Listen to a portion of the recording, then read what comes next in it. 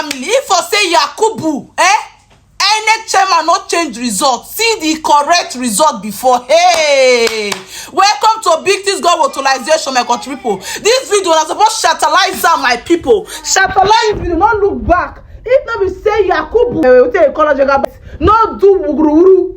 See the correct result before. Hell, my country people, obi they come. Una when they do man, they go here. Una go. I don't say tomorrow. Say I'm obedient. I fight for obedience. When I remember, when we say we don't claim back our mother, I'm not sooner for life because I go full of for pieces. My country people, una good morning, good afternoon, good evening. Depending the time when you say get this video, I dey greet una according to una time. Hey, obedient to remain, no retreat, no surrender. Some people they cry because of obi injection.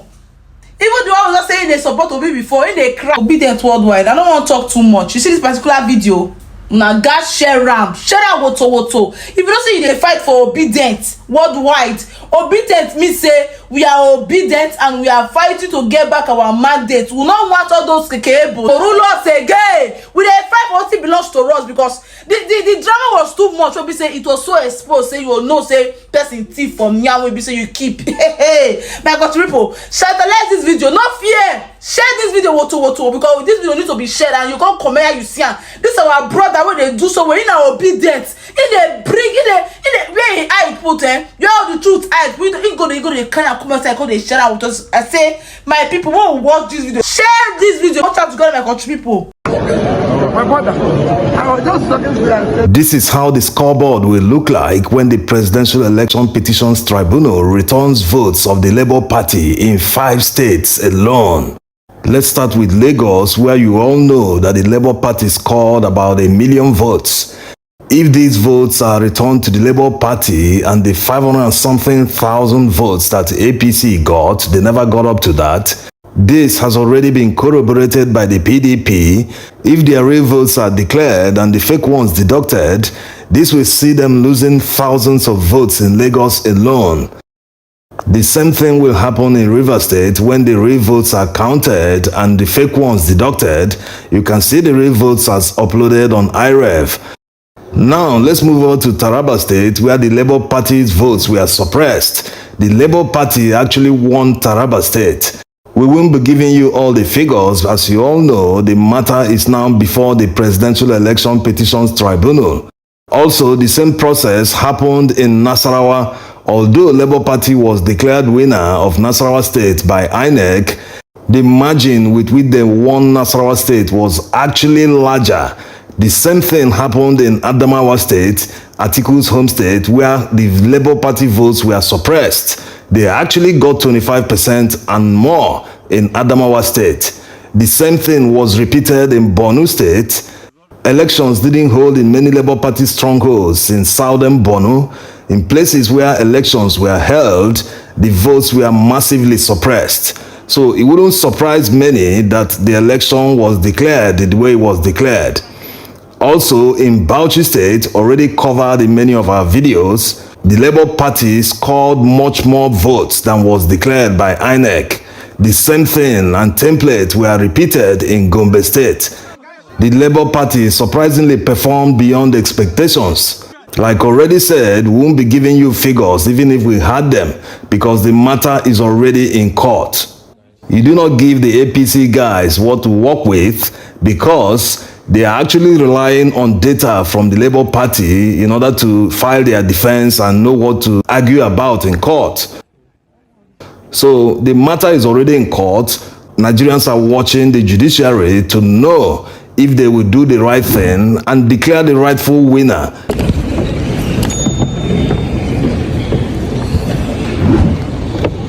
Coming back to the number of votes that were deducted from the Labour Party and added to the APC, about 1.6 million votes are in contention. When 1.6 million votes are deducted from the 8.7 million votes that Tinubu got, you will see that will push him back to second position. These are results from just a few states alone, not the entire recovery of the votes. And when you add 1.6 million votes to the 6.1 million votes that INEC gave Peter Obi, it will push him to first position with a total number of 7,718,322 votes.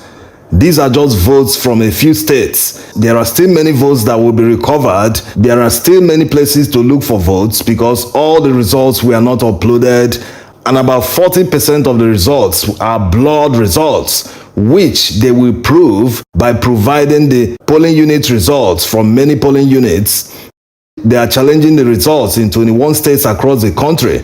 Many might be wondering how the Labour Party legal team will recover votes from places where the results were written, but the ballot papers were burnt or spoiled by thugs. This is exactly how they will prove it. The legal team have gotten and recovered many spoiled ballots. Yes, their attention to detail is out of this world. They want to prove that yes, even if this polling unit was attacked and the results have already been written and uploaded, or maybe it wasn't uploaded, but the party agents have their copies, they recovered some of the ballot papers that are spoiled in order to prove to the court that yes, we actually won this election in spite of the fact that the thugs spoiled the ballots or burnt them. So INEC no longer has the ballot papers as proof that the election was held in the area. So they have recovered some of these spoiled ballots. They are all part of the mountain and mountains of evidence that they have that they will bring to the tribunal so that they will look at it on their merit, not based on technicality. Also, the Labour Party legal team are equally coming to court with rejected ballots. Many people will not understand the implication, but they will understand when the hearing starts proper at the Election Petitions Tribunal, Abuja. That's the lion himself. Proving that the APC did not win the presidential election is actually very simple if the judges will look at the reality, not technicality. Let's start from the Northwest Zone.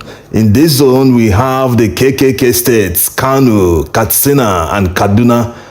The APC did not win any of these states. The KKK states can give a presidential candidate up to 4 million votes, but surprisingly, APC didn't win any of them. Kwankwaso of the NNPP won Kano by a landslide. In Katsina, it was surprisingly won by Atiku Abubakar, in spite of the fact that it is the home state of Buhari. In Kaduna, Atiku Abubakar also won here. Coming down to the south, APC did not win Lagos. The Labour Party won it by a landslide. The APC did not win Port Harcourt. They didn't win Rivers State. The APC did not win Abuja. So where did their votes come from? Which city, which Nigerian state with large number of voters voted for them en masse? So where did their votes actually come from? They came from the Labour Party. So if the judges are able to be convinced that these votes were actually gotten from the Labour Party, they will rightfully return them to the Labour Party, which will push P2B to the first position. This is especially important because of people who have been saying or spreading the false narrative. How can someone that came third become first? Or maybe even if Tinubu is disqualified, that Atiku will benefit. The most important thing is the judges will calculate the highest number of lawful votes. Whoever has the highest number of lawful votes becomes the first person. It doesn't matter if the person ended in 5th position. The most important thing is that he scored the highest lawful votes and has the spread in 24 states across Nigeria, plus and including FCT Abuja. You must score the 25% in 24 states in Nigeria, plus including Abuja. That's how the Constitution says it. What other meaning people are adding to it? This is exactly how it is worded in the Constitution. So the only candidate that fulfills all these criteria is the Labour Party candidate. Of course, the matter is already in court. The Labour Party are ready to prove it, starting from the next adjournment on Wednesday, 17th May 2023.